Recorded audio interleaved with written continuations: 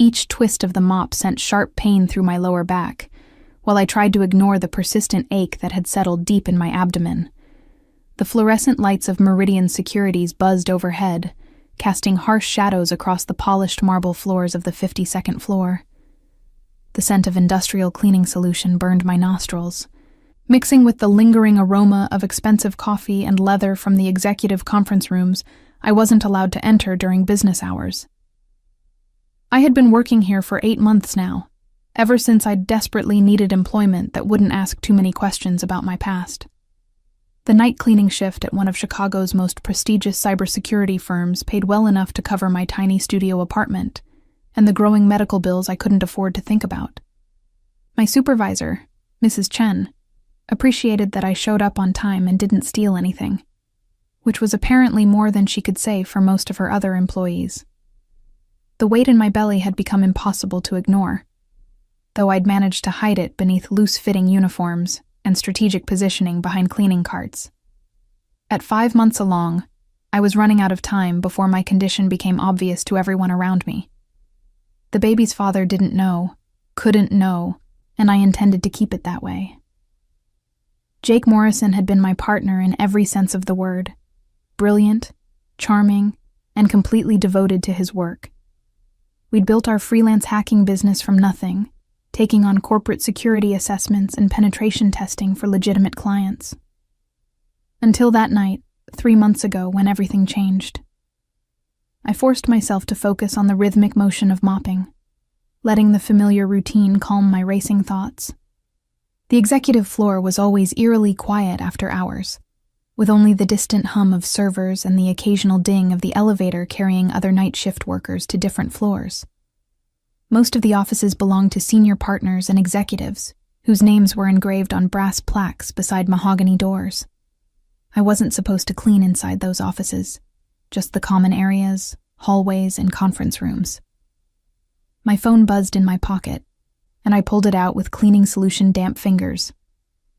A text from my neighbor, Mrs. Rodriguez, who watched me come and go at odd hours with motherly concern. "Mija, you look tired. Come by for soup tomorrow." The kindness of strangers had kept me afloat these past months, since I couldn't risk contacting anyone from my old life. The elevator chimed behind me, and I glanced at my watch. 10:45 p.m. Most of the night security team was on their rounds, and the other cleaning crew worked the lower floors. I rarely saw anyone up here, except for the occasional workaholic executive who'd forgotten something important. Footsteps approached across the marble, the distinct sound of expensive leather shoes that cost more than I made in a month. I kept my head down, focusing on a particularly stubborn scuff mark near the reception desk. The company had a strict policy about staff interactions with executives, essentially. We were meant to be invisible. "Excuse me," a voice said behind me, deep and familiar in a way that made my blood freeze in my veins. I couldn't breathe. My hands tightened around the mop handle until my knuckles went white, and for a moment I considered pretending I hadn't heard him. Maybe if I didn't turn around, this moment wouldn't be real. Maybe I could finish this shift, go home to my tiny apartment, and continue living the quiet, anonymous life I'd built. Jessica, the sound of my real name, spoken in that voice I'd tried so hard to forget, shattered any hope of remaining unnoticed. Slowly, as if moving through thick honey, I turned to face the man I'd been hiding from for 3 months. Julian Cross stood 15 feet away, dressed in a charcoal gray suit that probably cost more than my annual salary. His dark hair was shorter than I remembered, styled with the kind of precision that spoke of expensive barbers and unlimited resources. The harsh lobby lighting carved sharp angles across his face, emphasizing the aristocratic cheekbones and strong jaw that had once made me forget every rational thought in my head. But it was his eyes that nearly brought me to my knees. Those same ice-blue eyes that had looked at me with love, with passion, with promises of forever. Now they studied me with the cold calculation of a predator assessing wounded prey. "Hello, Jessica," he said quietly, his voice carrying easily across the empty space between us. You're a difficult woman to find. I tried to speak, but my throat had closed completely. My heart hammered so violently, I was certain he could hear it echoing off the marble walls. This couldn't be happening. I'd been so careful, so thorough in covering my tracks. I'd changed my name, paid cash for everything, avoided security cameras whenever possible. I started, then stopped, my voice coming out as barely a whisper. I don't know what you're talking about. My name is Sarah Parker. A slight smile curved his lips, but it didn't reach those Arctic eyes. Sarah Parker, who started working here 8 months ago with impeccable references from a cleaning company that doesn't exist. Who pays her rent in cash and has no credit history prior to 6 months ago. Who's 5 months pregnant with a child conceived around the time she disappeared from her old life. The mop clattered to the floor as my hands began shaking uncontrollably. He knew. Of course he knew. Julian Cross didn't become one of the most powerful men in Chicago by being careless or uninformed. I'd been naive to think I could hide from him indefinitely. The baby isn't yours, I said quickly, the lie burning my throat. Isn't it? He stepped closer, his movements fluid and unhurried, like a cat stalking a cornered mouse. Because my sources tell me you haven't been with anyone since you left. Haven't dated, haven't even spoken to a man outside of work-related interactions. Rather admirable commitment to single motherhood, considering. I backed away until my hip hit the reception desk, trapped between expensive furniture and the man who'd once been everything to me. What do you want, Julian? I want what's mine, he said simply, his gaze dropping meaningfully to my stomach before returning to my face. I want my child, and I want the woman who thought she could run from me. I can't. The words came out broken, desperate. You don't understand what happened, why I had to leave. I understand that Jake Morrison is dead, Julian said, his voice dropping to barely above a whisper. Shot execution style outside a police station 3 months ago, right around the time you vanished. I understand that Carlos Mendoza has been asking questions about a freelance hacker who may have accessed information she shouldn't have, and I understand that you're in more danger than you realize. The floor seemed to tilt beneath my feet. I gripped the edge of the reception desk, fighting against the wave of nausea that had nothing to do with pregnancy. How did you find me? I own this building, Jessica.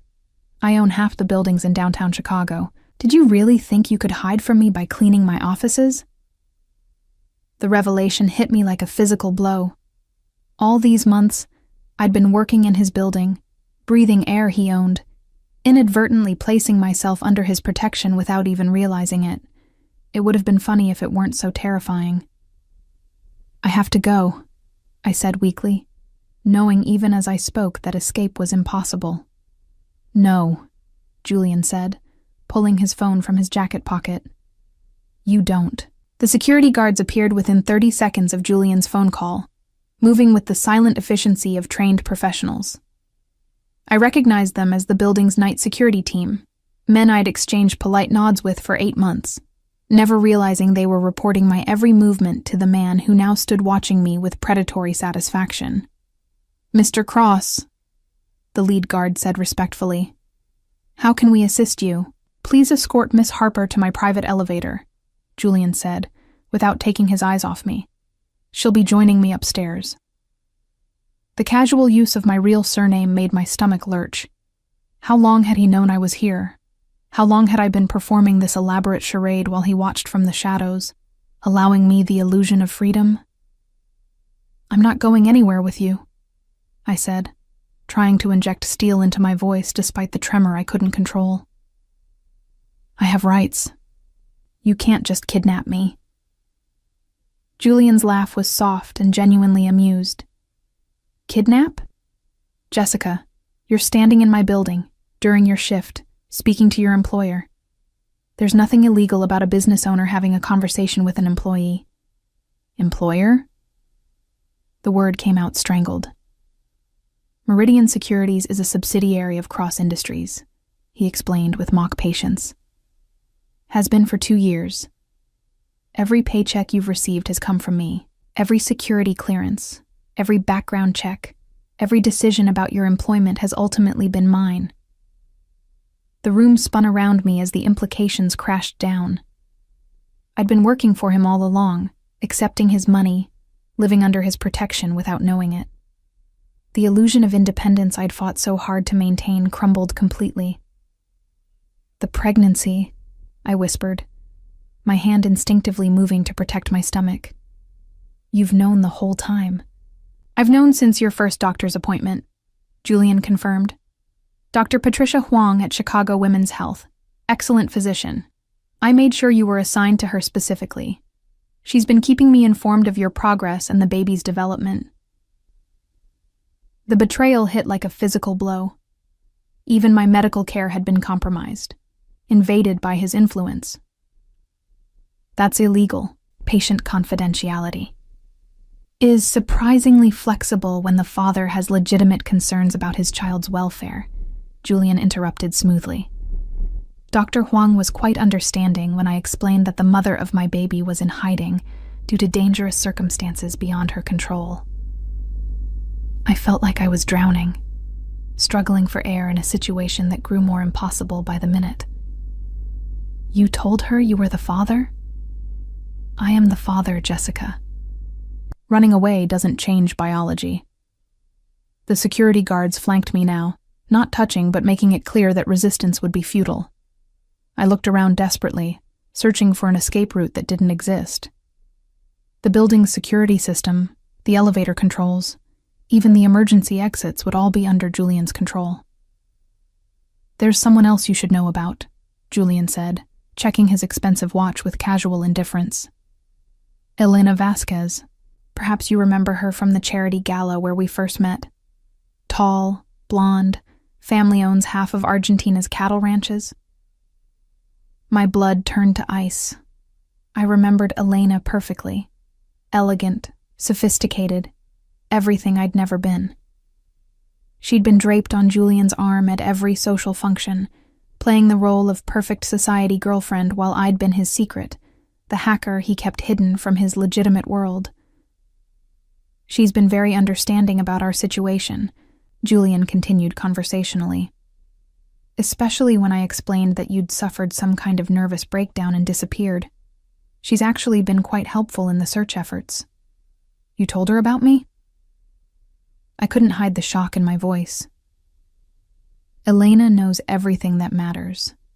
She understands that I have certain obligations regarding my child, and she's prepared to be accommodating. In fact, she's been quite looking forward to meeting you properly. The casual cruelty of it stole my breath. He was planning to keep me close enough to control the baby while maintaining his relationship with Elena. I would be the dirty secret, the inconvenient mother, tolerated, but never truly acknowledged. I won't be your kept woman while you marry someone else, I said through gritted teeth. Marry? Julian's eyebrows rose slightly. Who said anything about marriage? Elena and I have an understanding, but it's hardly conventional. She has her interests. I have mine. You and our child simply represent a new factor in the equation. A new phone began buzzing, not mine, and Julian answered it with fluid efficiency. Yes? Good. Bring her up.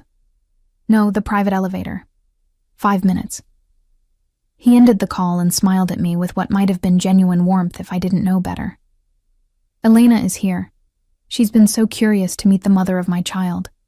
I thought tonight would be perfect for introductions. Panic flooded my system.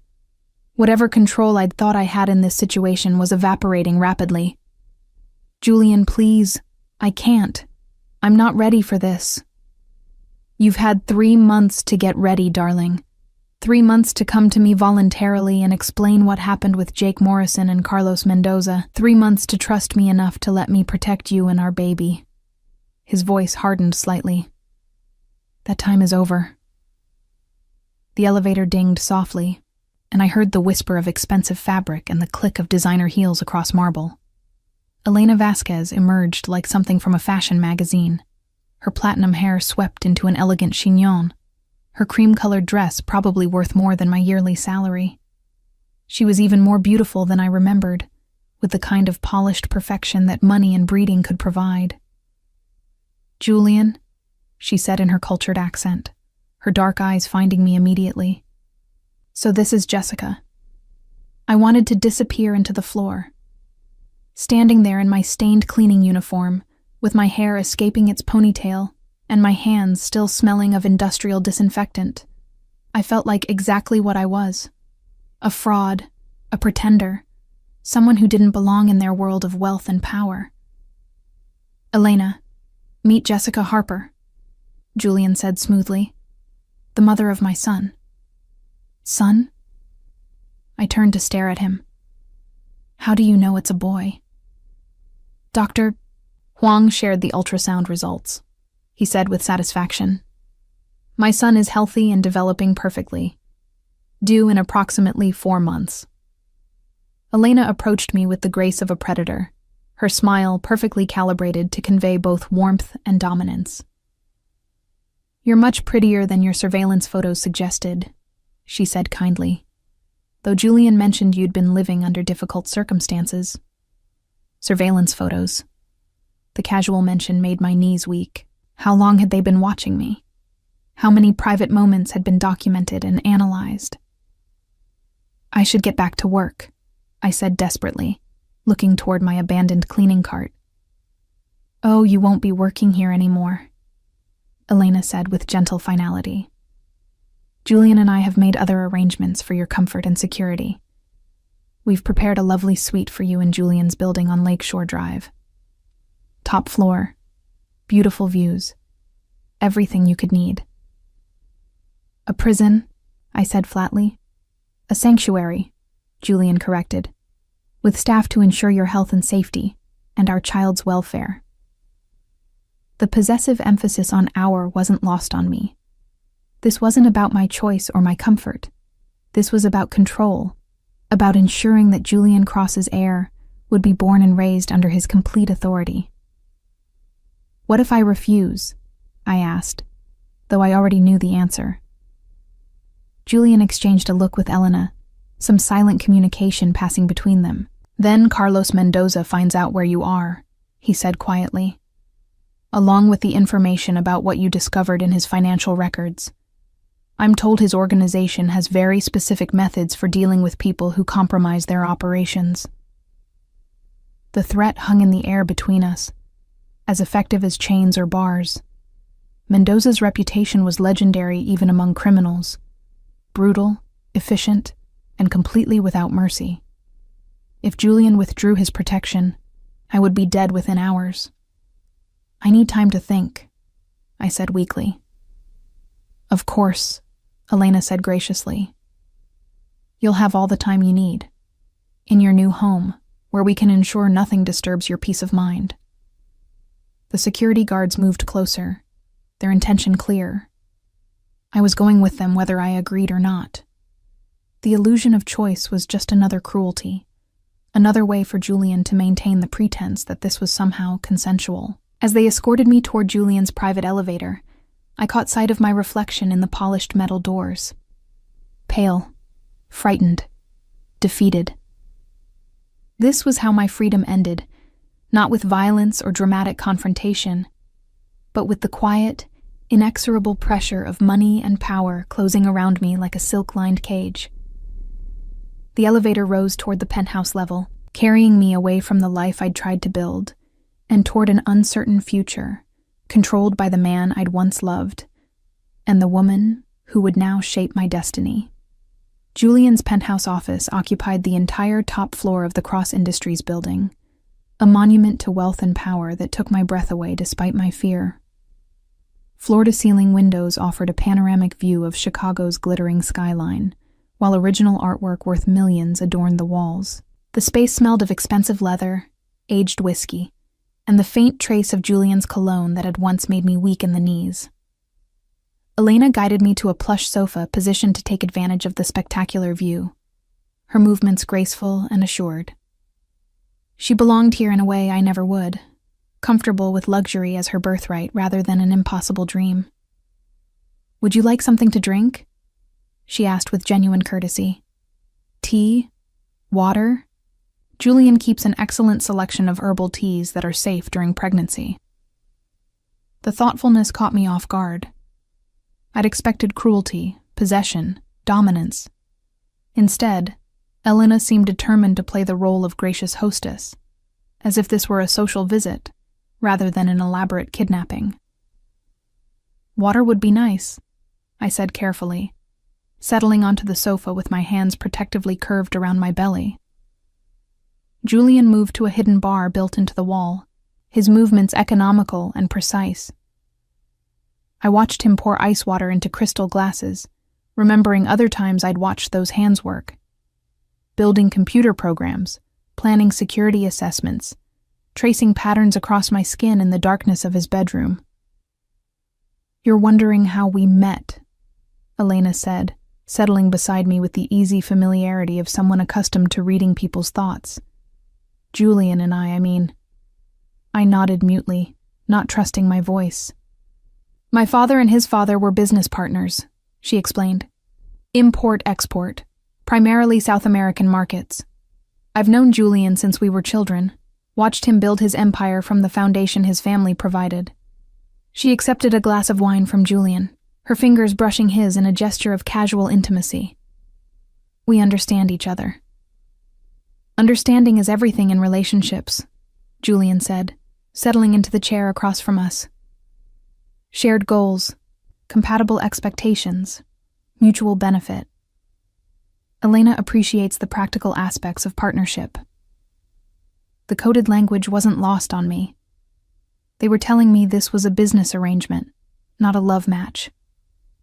But that knowledge didn't make my situation any less trapped. "Tell me about Jake Morrison," Elena said suddenly, her tone shifting to something sharper. "Julian mentioned he was your business partner?" The name hit like a physical blow, bringing back memories I'd tried desperately to suppress. Jake with his infectious laugh and brilliant mind. Jake who'd believed we could build something legitimate together. Jake whose blood had stained a police station parking lot 3 months ago. "He was my partner," I said quietly. "We ran a cybersecurity consulting business, penetration testing, security assessments for corporate clients, everything legal and legitimate."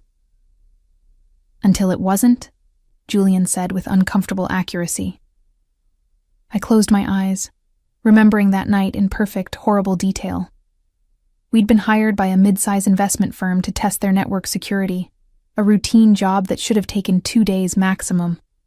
But Jake had found something in their system that didn't belong.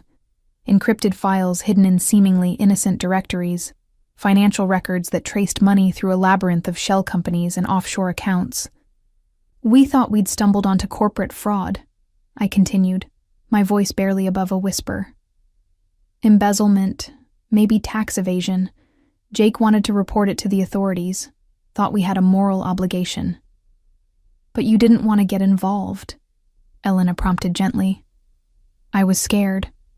The amounts were too large, the patterns too sophisticated. This wasn't some mid-level executive skimming funds. This was a professional money laundering operation." I looked up at Julian, seeing my own memories reflected in his ice-blue eyes. "I tried to convince Jake to walk away, to delete everything and pretend we'd never seen it." "But Jake Morrison was an idealist," Julian said, "the kind of man who believed in justice and doing the right thing." Tears burned my eyes. "He went to the FBI, brought them copies of everything we'd found, offered to testify about the network intrusion that had led to the discovery. He thought he was being a hero. And instead, he was signing his own death warrant," Elena said matter-of-factly. "Carlos Mendoza doesn't appreciate whistleblowers," Julian added, "especially ones who can trace his organization's financial movements with computer code." The casual way they discussed Jake's murder made my stomach churn. These people lived in a world where death was just another business expense, another problem to be solved with money and violence. I found out about the meeting the night before, I said, the words tumbling out in a rush. Jake had told the FBI he could provide more evidence, details about how the system had been compromised. He was so excited, so sure he was doing the right thing. But you knew better, Julian said quietly. I begged him not to go, offered to disappear with him, to run somewhere Mendoza couldn't find us.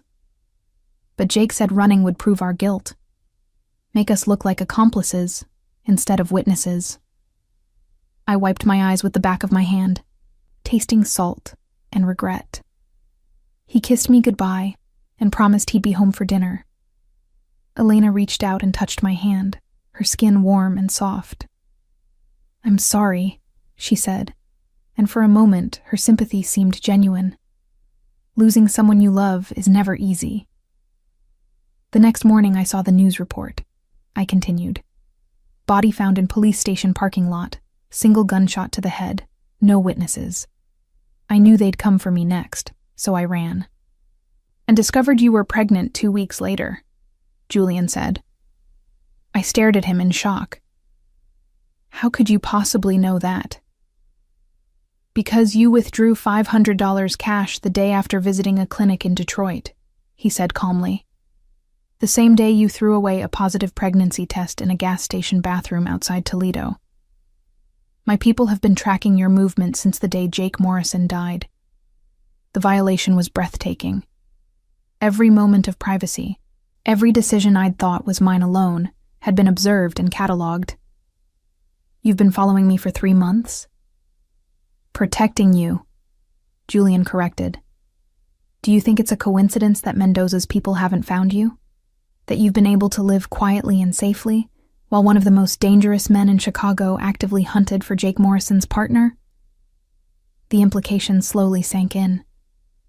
You've been keeping them away from me. I've been ensuring my child's safety, he said, and the safety of the woman carrying him. Elena squeezed my hand gently. Julian takes his responsibilities very seriously. Family is everything to him, even when family relationships are complicated. What do you want from me? I asked, looking between them desperately. What kind of arrangement are you proposing? Julian leaned forward, his expression becoming businesslike. I want my son raised in safety and luxury. I want him to have every advantage my name and resources can provide. I want him to be legitimate in every way that matters. And in exchange? You'll be comfortable, well cared for, protected from any threats, including Carlos Mendoza. He paused meaningfully. Your medical expenses will be covered, along with anything else you or the baby might need. As your mistress, I said flatly. As the mother of my child, Elena corrected smoothly, with all the respect and consideration that position deserves. I looked around the luxurious office, weighing my options. I could try to run again, but Julian had already proved that escape was impossible. I could refuse their offer, but that would likely mean death at Mendoza's hands. Or I could accept this gilded cage, trade my freedom for safety and security. I want guarantees, I said finally. Legal protections for myself and the baby.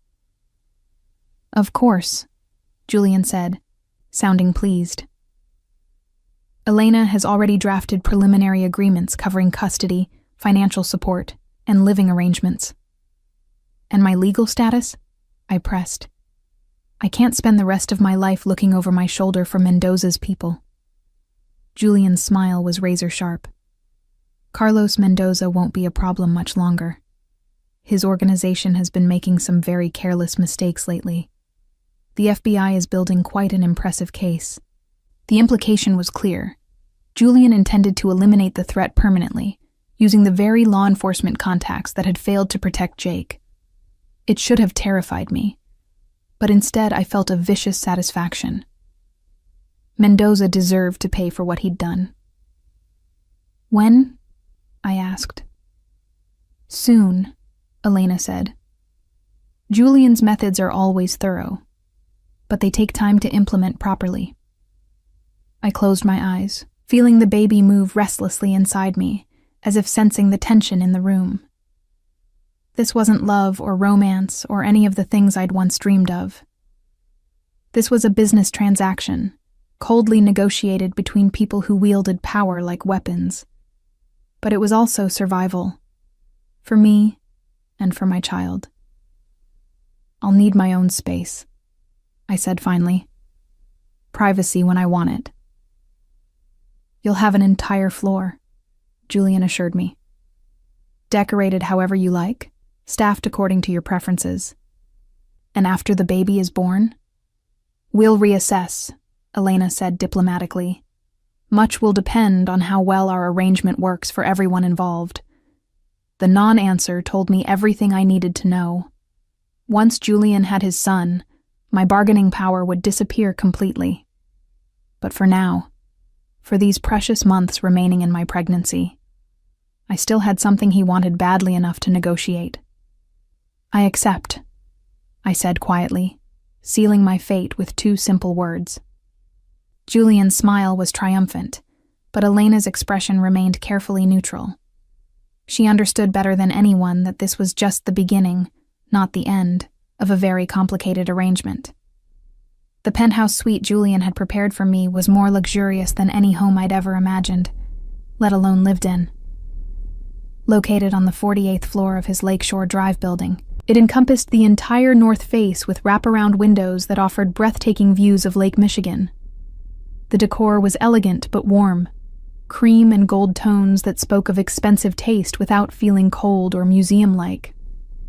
Elena gave me the tour personally, her heels clicking softly on marble floors that transitioned seamlessly to rich hardwood and plush carpeting. The master bedroom featured a king-sized bed with Italian linens and a sitting area positioned to capture the sunrise over the water.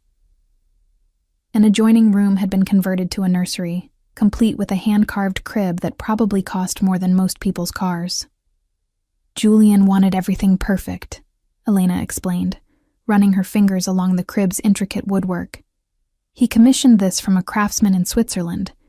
Each detail was specifically chosen for his son." The possessive language wasn't lost on me.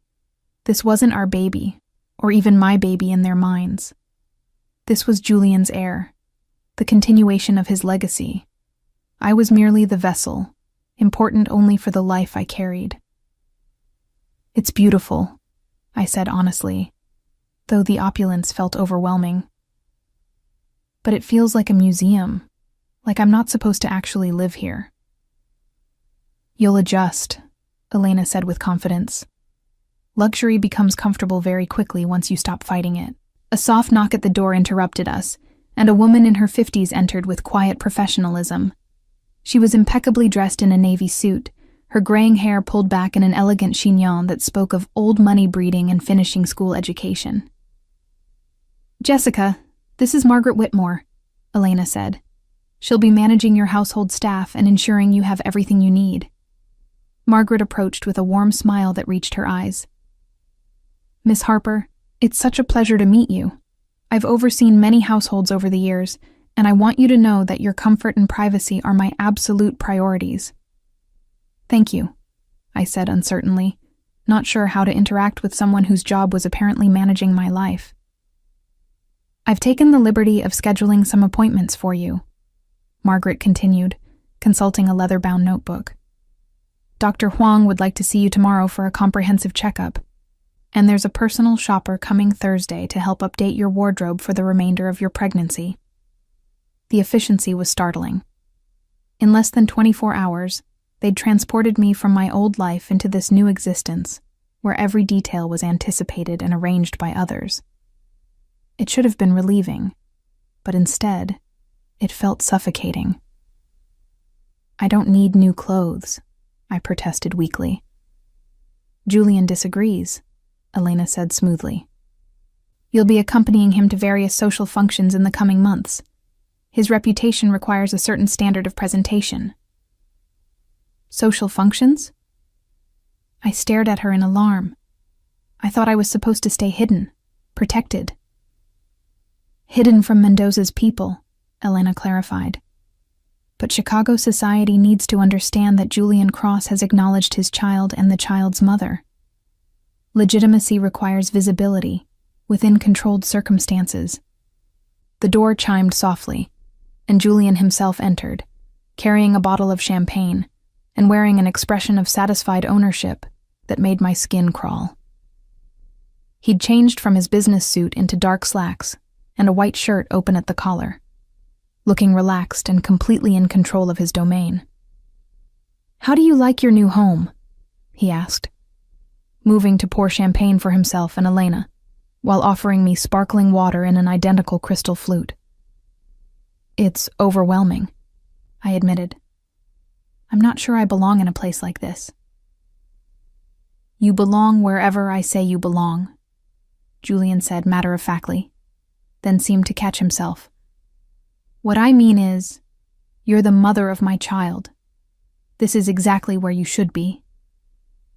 The slip revealed more than he probably intended about his true feelings regarding my role in his life. I was a possession now, valuable only for what I could provide him. Elena raised her glass in a toast. To new beginnings and unexpected partnerships. We clinked glasses, the crystal singing with expensive clarity. The champagne smelled crisp and celebratory, but I felt more like I was attending my own funeral than celebrating anything positive. "There's something else we need to discuss," Julian said, settling into one of the plush armchairs that faced the lake view. "Carlos Mendoza has been making inquiries about your whereabouts. More aggressive inquiries." My blood went cold. "What kind of inquiries?" "He's offered a substantial reward for information about Jake Morrison's partner," Elena explained. $500,000 to anyone who can lead him to the person who accessed his financial records. "He's also been very creative in his methods of persuasion," Julian added grimly. 3 people who worked at your old apartment building have been hospitalized in the past week. Nothing fatal, just encouragement to remember anything unusual about former tenants. The casual mention of violence made my hands shake. I set down my water glass before I could drop it, wrapping my arms around my belly protectively. "He's torturing innocent people because of me." "He's torturing people because he's a sociopathic criminal," Julian corrected firmly. "This is not your fault, Jessica.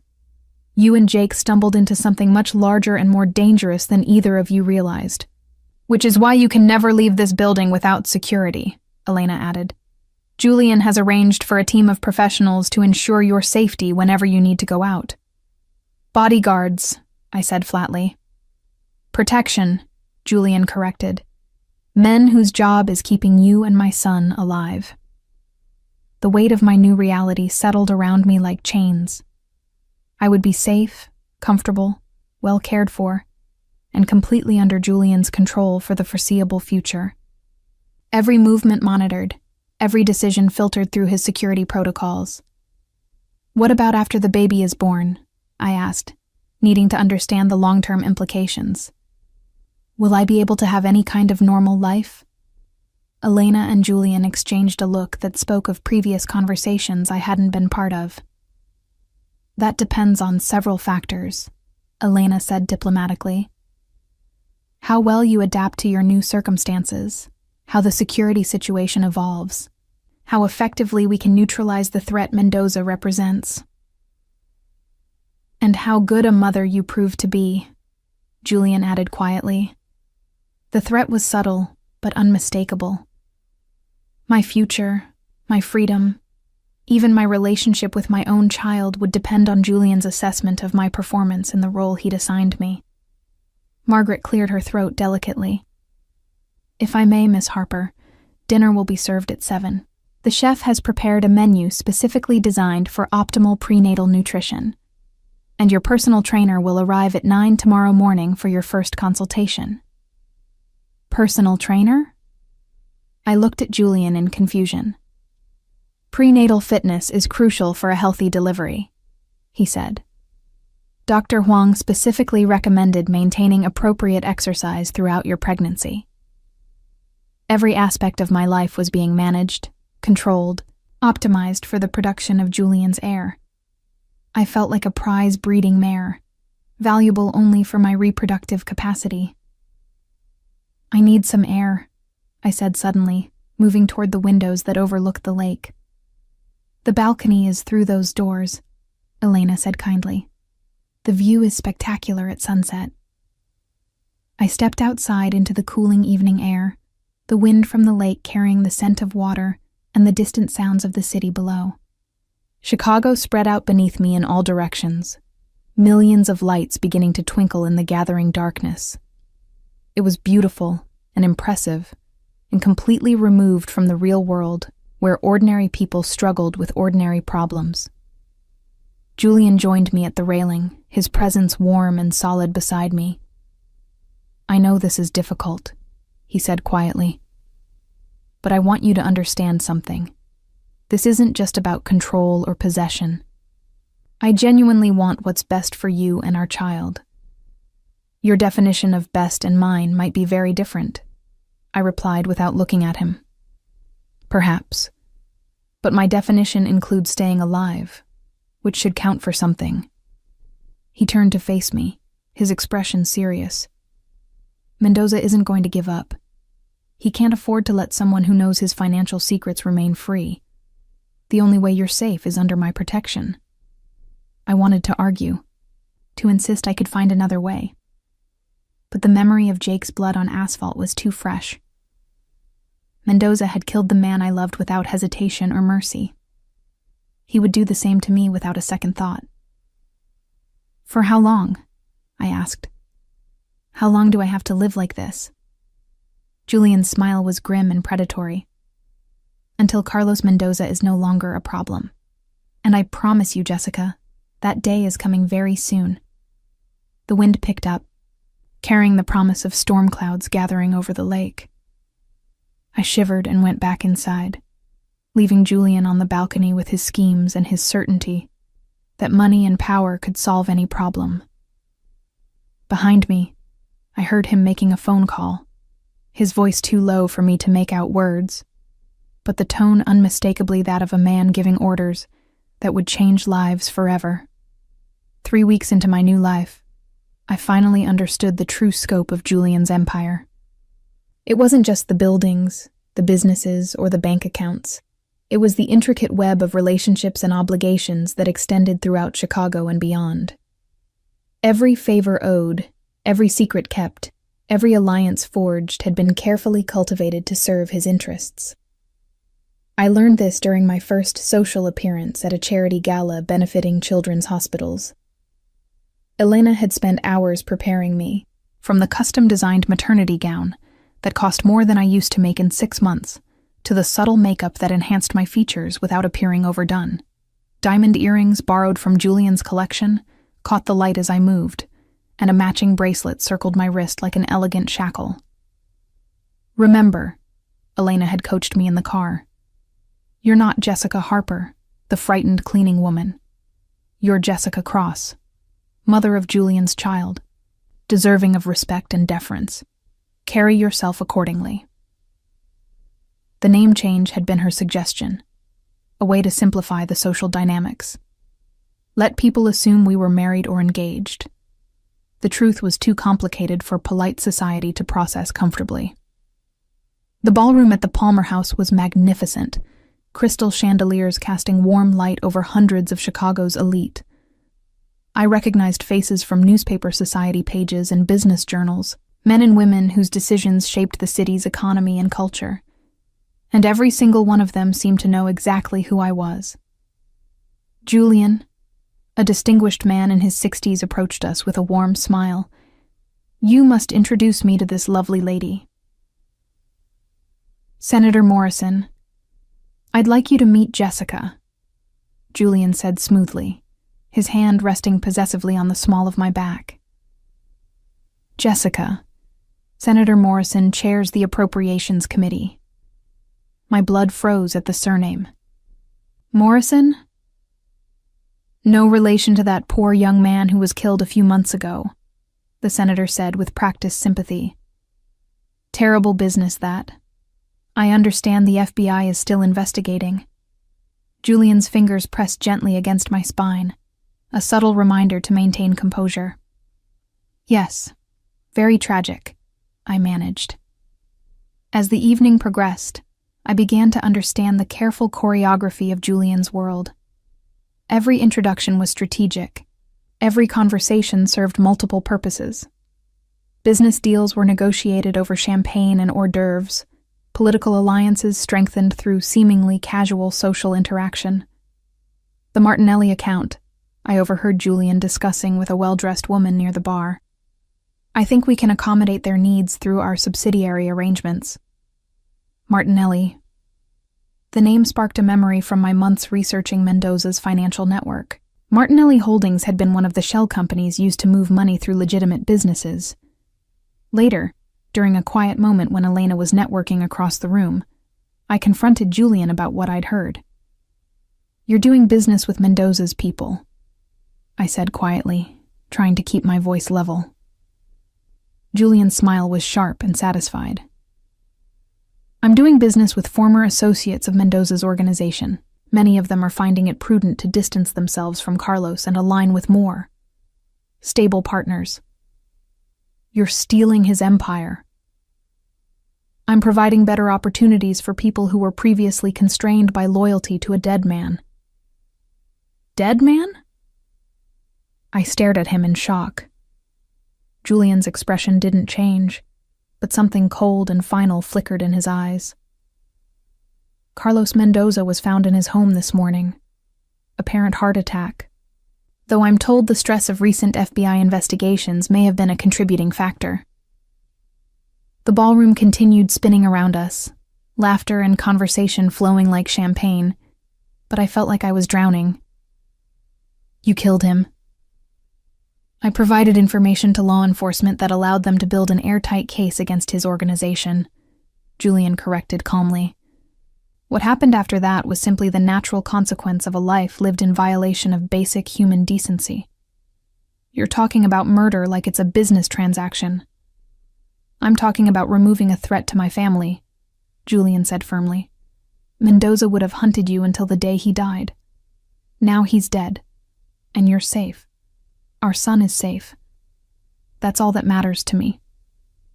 The casual way he discussed orchestrating a man's death should have terrified me. But instead I felt a disturbing sense of relief.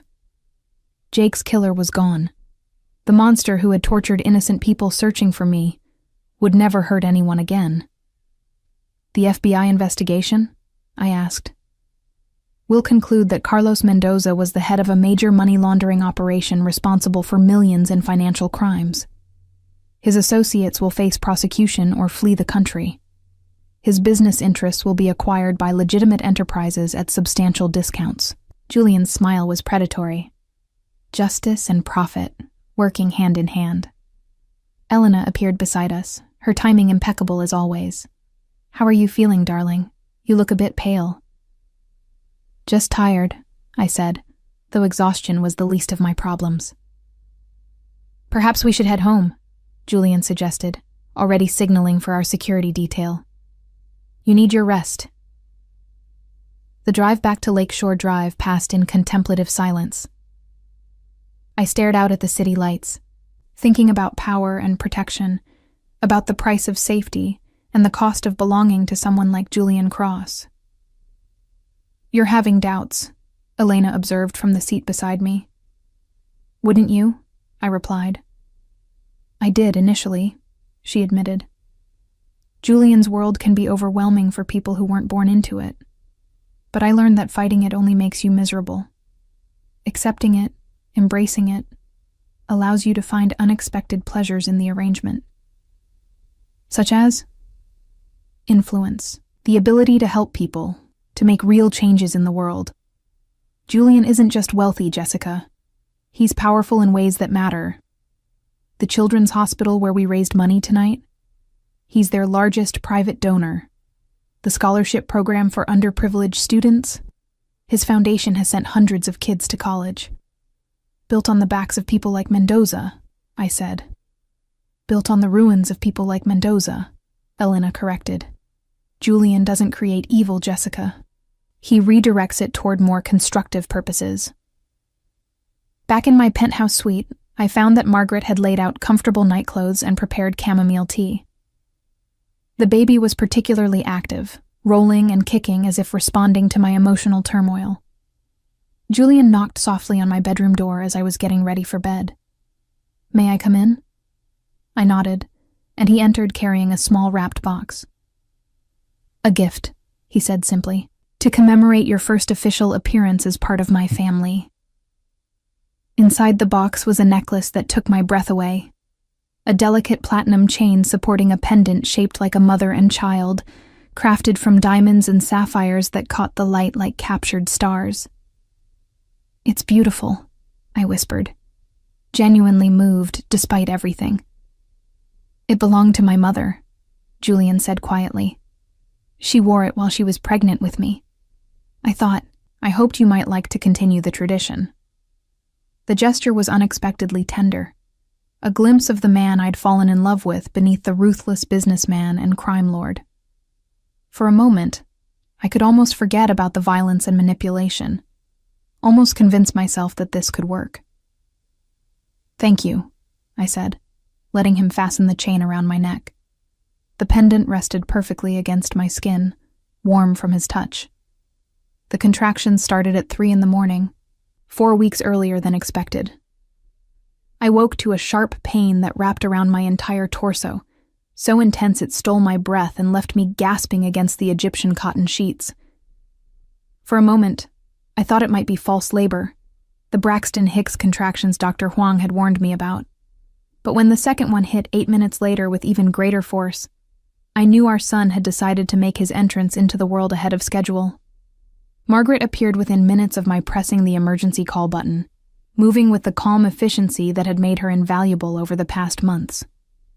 She took one look at my face, pale and drawn with pain, and immediately activated the protocols Julian had established for this moment. "Mr. Cross is in London," she informed me while helping me into a robe. "But his plane is already being prepared for immediate departure. He'll be here within 8 hours. 8 hours might be too long," I gasped as another contraction gripped me. "Dr. Huang is on her way, along with the entire medical team," Margaret assured me. "Everything is prepared. You and the baby will be perfectly safe." The private medical suite Julian had constructed on the 45th floor was more sophisticated than most hospitals. As the contractions intensified, I found myself surrounded by monitors, IV lines, and the quiet competence of medical professionals who'd been handpicked for their expertise and discretion. "The baby's heartbeat is strong," Dr. Huang informed me, her voice calm and reassuring.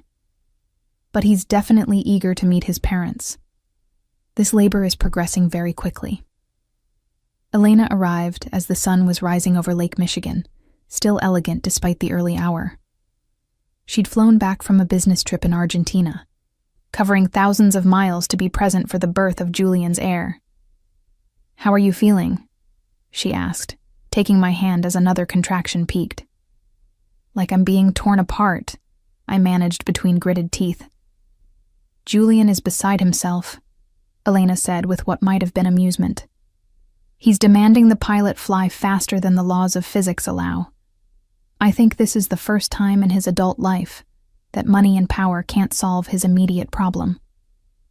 Despite everything, I almost smiled at the image of Julian Cross, master of the universe, rendered helpless by airline schedules and international flight patterns. The labor progressed with startling speed. By noon, Dr. Huang was telling me to push, her voice cutting through the haze of pain and exhaustion that had consumed the morning. Elena held one hand while Margaret held the other, both women providing strength and encouragement as I brought Julian's son into the world. The moment I heard his first cry, everything else disappeared. All the complications, the moral compromises, the impossible circumstances of his conception. None of it mattered compared to the perfect, furious little human being placed on my chest. He was beautiful, with dark hair like his father's, and tiny fists that gripped my finger with surprising strength. "He's perfect," Dr. Huang announced. 6 pounds, 4 ounces, small but healthy. I was crying, overwhelmed by a love so fierce it felt like drowning. This was my son, my child, the best thing I'd ever done in my life.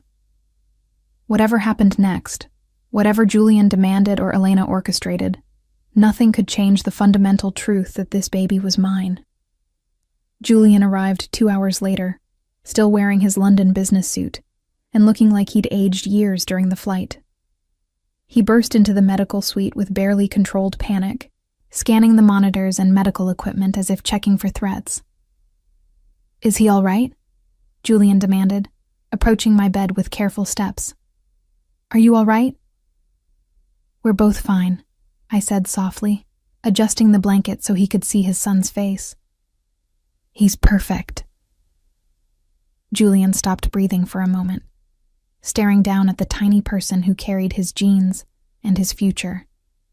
When he finally reached out to touch the baby's cheek with one finger, his hand was trembling. "He looks like you," Julian whispered, his voice thick with emotion I'd never heard from him before. "He has your chin," I replied, "and your stubborn expression." For several minutes, we existed in a bubble of shared wonder, 2 people who'd created life together, despite all the complications between us. Julian sat carefully on the edge of the bed, and I placed our son in his arms for the first time. "Hello, little one," Julian murmured, his entire demeanor transformed by the weight of new fatherhood. "I'm your daddy. I've been waiting so long to meet you." Elena watched from the doorway, her expression unreadable. I caught her eye and saw something there. Not jealousy exactly, but a recognition that this moment changed everything. This wasn't about business arrangements or practical partnerships anymore. This was about family, blood, the primal bonds that transcended rational planning. "Have you chosen a name?" Elena asked quietly. Julian looked at me, waiting for my answer. We'd discussed several possibilities over the past months, but I'd been waiting to see his face before making the final decision. "Jake," I said firmly. "Jake Julian Cross." Julian's eyes widened in surprise. "After your former partner?" "After the man who died protecting what was right," I corrected. "I want our son to have that kind of courage." For a moment, I thought Julian might object. The name carried too much history, too many uncomfortable reminders of the events that had brought us together. But then, he looked down at the baby in his arms and nodded slowly. "Jake Julian Cross," he repeated, testing the sound. "It's a strong name. A good name." The next few hours passed in a blur of feeding schedules, diaper changes, and visitors bearing expensive gifts. Julian's business associates arrived with flowers and congratulations, each trying to curry favor with the new father. Elena coordinated everything with her usual efficiency, ensuring I had privacy when needed while managing the social obligations Julian's position demanded. But it was during a quiet moment late that evening, when the visitors had gone and Elena had retired to her own suite, that Julian and I finally had the conversation I'd been dreading. "This changes things," he said quietly, watching our son sleep in the bassinet beside my bed. "What do you mean?" I asked, though I already knew. "I mean that I will never let anything happen to him. Or to you." Julian's voice carried a finality that made my blood run cold. "Whatever it takes, whatever I have to do, I will protect my family." "Julian." "No, Jessica. Listen to me." He turned to face me fully, his ice blue eyes burning with intensity. "I know you've been thinking about leaving, about taking Jake and trying to build some kind of normal life somewhere else. I know you believe that's what's best for him." My heart hammered against my ribs. He was right. I had been thinking exactly that. "But it's not going to happen," Julian continued relentlessly. "Not now, not ever. Jake is my heir, the future of everything I've built. He belongs here, with me, learning what it means to carry the Cross name." "And what about what I want?" I asked desperately. What you want is for your son to be safe and loved and have every possible advantage in life, Julian said with absolute certainty. I can provide all of that. No one else can. You can't keep us prisoner forever. I'm not keeping you prisoner, Jessica. I'm keeping you protected. There's a difference. Julian stood and moved to the window, gazing out at the city lights that sparkled like fallen stars. Do you know what I did while you were in labor today? I shook my head, afraid to hear the answer. I bought the remaining pieces of Carlos Mendoza's empire. The legitimate businesses, the shell companies, even the properties his family thought were safely hidden in other countries. All of it now belongs to Cross Industries. He turned back to me with a predatory smile. Your son will inherit the combined wealth of both organizations, transformed into something respectable and legal. You're talking about blood money. I'm talking about resources that will ensure Jake Cross never wants for anything. The best schools, the finest opportunities, protection from any threat that might arise. Julian's expression softened slightly. I'm talking about giving our son everything I never had. And what about love? What about a mother who chose to be here instead of being forced? You do choose to be here, Julian said, with infuriating confidence. Every day, you choose Jake's safety over your own desires for freedom. You choose his future over your past. That's what makes you a good mother. The manipulation was so subtle, so perfectly crafted, that I almost believed it myself. He was offering me a gilded cage and calling it choice, trapping me with my own maternal instincts. What if I refuse? I asked weakly. Julian's smile was sad, but implacable. Then you'll discover that I'm much more creative than Carlos Mendoza ever was, and much more patient. The threat hung in the air between us, wrapped in velvet but unmistakably steel. I looked at my sleeping son, this perfect, innocent child who would grow up surrounded by wealth and power and secrets. This baby who would never know what it meant to struggle or want or fear for his safety. I need time to think, I said finally. Of course, Julian agreed graciously. Take all the time you need. You'll find that motherhood has a way of clarifying priorities. He bent to kiss Jake's forehead, then mine, his lips warm and familiar against my skin. Welcome to the family, Jessica. Both of you. After he left, I sat in the darkness holding my son, feeling the weight of every decision that had led to this moment. Jake Morrison would have told me to fight, to find a way to escape this beautiful prison. But Jake Morrison was dead, and his killer was dead, and the only family my son would ever know was the one Julian Cross provided. When Elena knocked softly on my door an hour later, I wasn't surprised to see her. How are you feeling? She asked, settling into the chair Julian had vacated. Trapped, I said honestly. Or protected, Elena suggested gently. Perspective changes everything, Jessica. Did you ever want children? I asked suddenly. Elena was quiet for a long moment. Once, but my life took different turns. Now I have you and Jake, which is perhaps better than anything I could have planned. This isn't a fairy tale, Elena. This isn't happily ever after. No, she agreed. It's better. It's real, complicated and difficult and sometimes painful, but real. Fairy tales end, Jessica. This is just the beginning. As dawn broke over Lake Michigan, painting the sky in shades of gold and pink, I made my choice. Not because I wanted to, but because love sometimes means accepting impossible circumstances for the sake of something more important than your own desires. I chose my son's future over my own freedom. I chose Julian's protection over uncertain independence. I chose the devil I knew over the angels I could only dream of. Outside my window, Chicago awakened to a new day, millions of people beginning their ordinary lives with ordinary problems. But in this tower high above the city, cradling the air to an empire built on shadows and compromise, I began my extraordinary life as Jessica Cross. The woman I had been was gone forever. The woman I was becoming would have to be strong enough for whatever came next.